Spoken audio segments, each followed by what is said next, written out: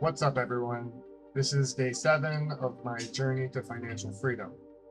Um, Yesterday, we had a big red day, went off the rails, broke the rules. We were down over $300. Um, so today I moved $100. We're hitting the reset button, and I moved $100 into a cash account to really limit my ability to break my own rules. Um, there's a book, um, Atomic Habits, where one of the main themes of the book is that we can't always trust ourselves, and that was kind of the scenario yesterday. So today, in the $100 account, the max loss on a day should be between 1% and 3%. I know I hit that just about 1% max loss at $1. So I cut it, but not only that, I used all of the buying power in the account. We're down to 88 cents of buying power, because with the cash account, you don't get instant settlement. We have to wait till the next day. So at first I was doing one share, but the difficulty with trading with one share is when you buy one share of a stock that's $2, and then when you buy one share of a stock that's $10, it's really hard to read, like, how well I'm doing, because like 1% of a $10 a share is not the same as 1% of a $2 share. So I'm going to change and do the buy-in. I'm going to set my buy-in to $10. So the maximum share price of a stock I'm going to buy is a $10 stock. So if I buy a $2 stock, it's 5 shares. If I buy a $10 stock, it's 1 share. And that should even things out a little bit to get a better idea of the P&L. And that's one of the reasons I'm down 92 cents today, but not the entire reason. Mainly is, I didn't do so well. I bought some setups that didn't work out. This was the most recent one right here. So I bought in on this candle. Actually, let's move over to the 10-second.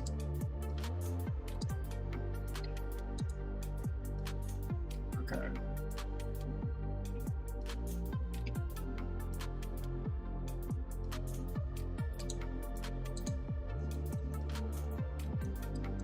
All right, here we go.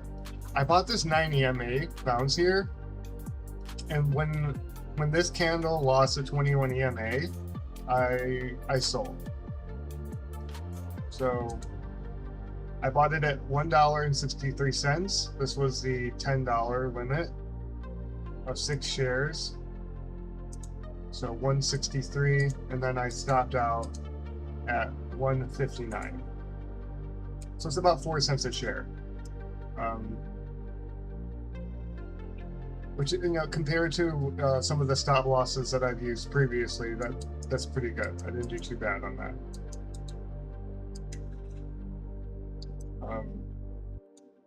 Let's look at the chart and see, what was I thinking when I even made that trade. So after the open, it stays above VWAP, and stays a little bit below VWAP, and we get this shooting up here. And I was hoping for some continuation, but that's not what happened. As you saw in the 10-second chart, I was hoping for a bounce and continuation here, but that's not what happened. It just failed to follow through. And that's kind of just been the story of the day. Just, nothing's been following through.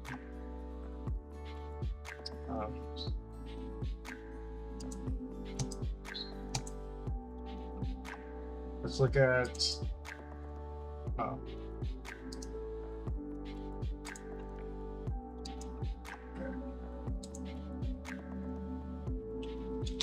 so I traded LHAI. So I traded LHAI in pre-market. I woke up late today. I really wanted to get some good sleep, so I was not open at the 7 a.m. open. A lot of brokers don't let you start trading pre-market till 7 a.m. And plus, I work till I get home from work at 11 o'clock at night. So my time 7 a.m. is 6 o'clock. So from when I get home at 11 to 6 o'clock, it's hard for me to fall asleep right when I get home. It takes me half an hour to an hour. I didn't want to trade on 5-6 hours of sleep. I don't know if that had something to do with kind of the breakdown in discipline, but I'm sure it aided to it. So 7:30 my time. Again, the stock is it rips up. It's kind of playing on the 9 EMA. I'm gonna pull up the 10-second chart here in a second. Let me just. Why didn't it?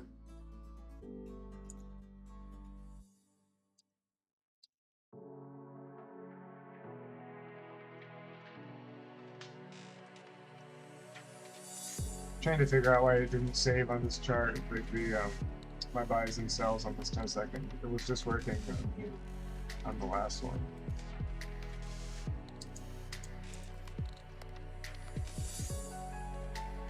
I don't know.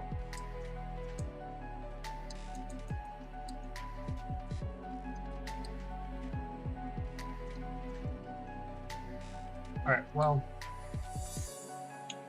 my trade isn't showing up on this chart for some reason on the 10-second. So I guess we'll just have to use this chart here. So I buy one share at $1.30, and I stop out at $1.27. Again, that was pretty strong. I was able to keep to my the stop loss, the 3-cent stop loss. It's not so bad. I think I was playing on the. If we had the 10-second, I'm sure it broke through the 9 EMA there. So I get out. In this stretch right here, it hadn't really been doing this on the first few legs. Once we had a bottom out, it shot up right away. So when this thing just it failed to shoot. I mean, like from when I bought it, I was green on it for a little bit, which you can see on this candle.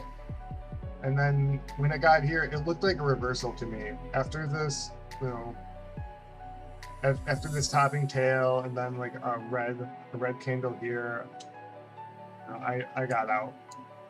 But shot up again, and then and this candle here, I think I buy this pullback, and I traded.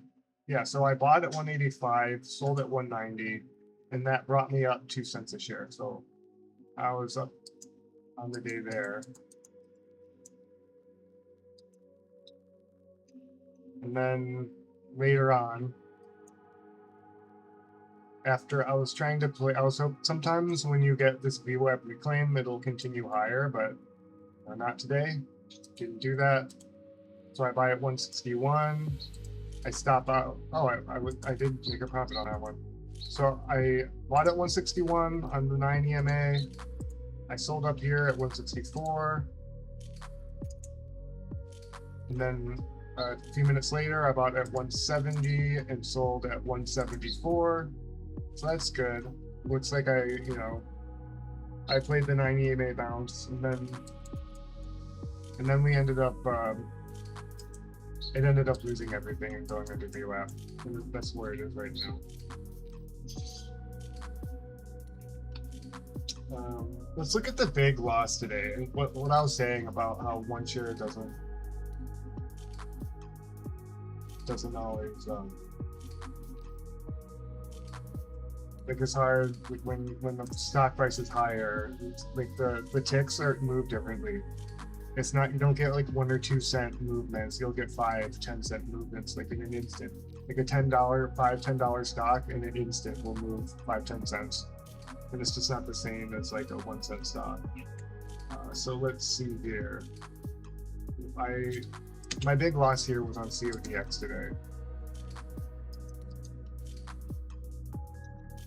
It's not showing up. I don't know why some stocks will save, like you're buying yourselves and some won't. Oh, here it is. All right, so I bought this on the open. Oh no, this wasn't the big loss. I actually made. I bought it at 420 and sold it at 435 for a 15-cent gain. I think I bought it on a dip after the halt and it ripped up, and I sold it and made a decent profit.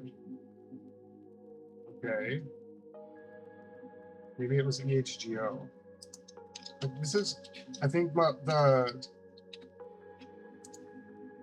big mistake that I made today. I think I'm gonna have to say was overtrading. It looks like I really overtraded today. Like, when I can't go through this review in 3 or 4 stocks, then that's a sign that I kind of overdid it. Alright, so it looks like we bought at 291. We sold at 266. So that was like a 30-cent loss. Now I'm kind of questioning myself now. I'm like, why did I hold it so long?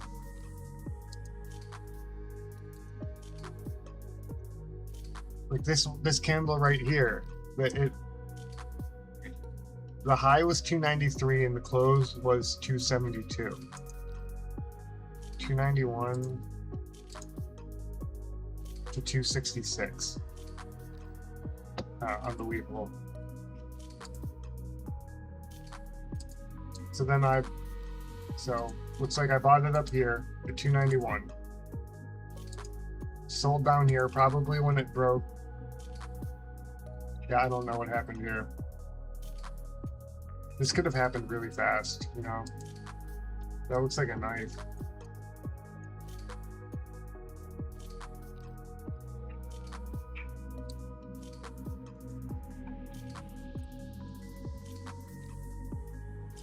Yeah, and on my 10-second chart, the history just isn't showing up on it. My buy and sell orders. It gets up. Oh, here we go.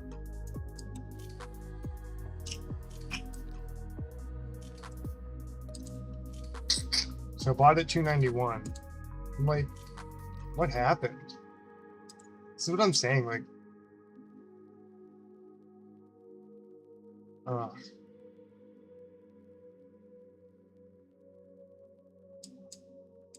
what was I even thinking here? 266. Where is 266? Right here. I should have sold it when it lost. I think what happened was, you know, I bought here for the push higher, right? Where's VWAP? Oh, VWAP doesn't show up on these. Well, yeah, so we break through the 200 EMA. It bounces off the 9. I'm looking for another 9 EMA bounce here. And then it just kind of rides the 9 EMA and then nice. Boom, nice. Oh, I remember now I remember exactly what happened. When it broke the 9 EMA here, I sold, but my order didn't fill. Despite me selling on the bid with like an offset of 2 or 3 cents, I had to cancel and then sell again. That's exactly what happened. So, but I had opportunities. I could have sold, you know, I could have sold on these 9 EMA breaks. Now, what a shame. This was kind of the big loss, and then yeah, I lost another 40 cents after that, but those are just, you know, just by 1,000 cuts.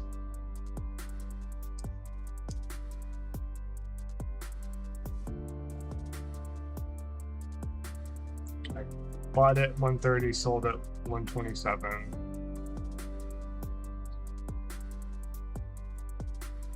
We just went over EHGO.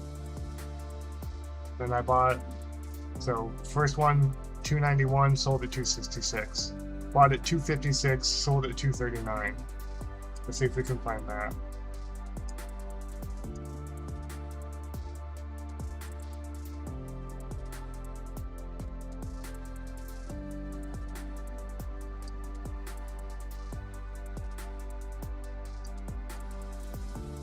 Like, I don't even know what I was thinking here. This was a little bit like, this is one of those things that you never think, oh, the stock can't possibly go any lower. This was what happened here. This thing knifed so fast. This thing just boom, boom, boom. So I bought, I'm like, okay, this thing's starting to come back up, and nope. Nope. Does not come back up. I could have held that all day, but the thing was never coming back.